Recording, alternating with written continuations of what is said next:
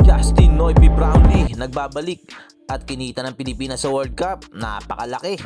Dumating na nga sa bansa si Brownlee ngayong February 6. Binigyan nga si Brownlee ng 3-month suspension ng FIBA, ang basketball governing body, nang maging positibo ito sa pinagbabawal ng substance na carboxy THC na nililink din sa cannabis na na-detect noong 19th Asian Games sa China.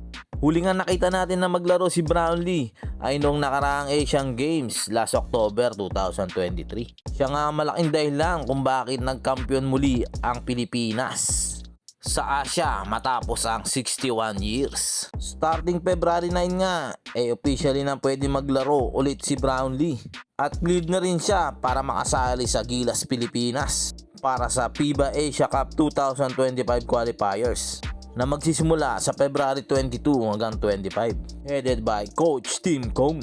Sa isang panayam nga ay sinabi ni Justin, masaya siya na mabigyan ng pangalawang pagkakataon at isa pa rin karangalan ang marepresenta niya ang Pilipinas. Samantala naman noong World Cup noong 2023 na ginanap dito sa Pilipinas, napakalaki ng kinita ng ating bansa sa pag-host ng 2023 FIBA World Cup. Naging host nga ang ating bansa pagkatapos ng 45 years.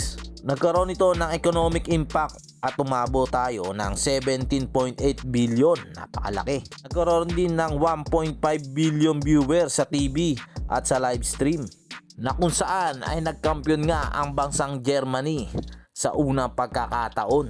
Nagkaroon din tayo ng 10,000 turista at 70% doon na nagsabing babalik daw sa ating bansa dahil sa pinakita natin magandang hospitality.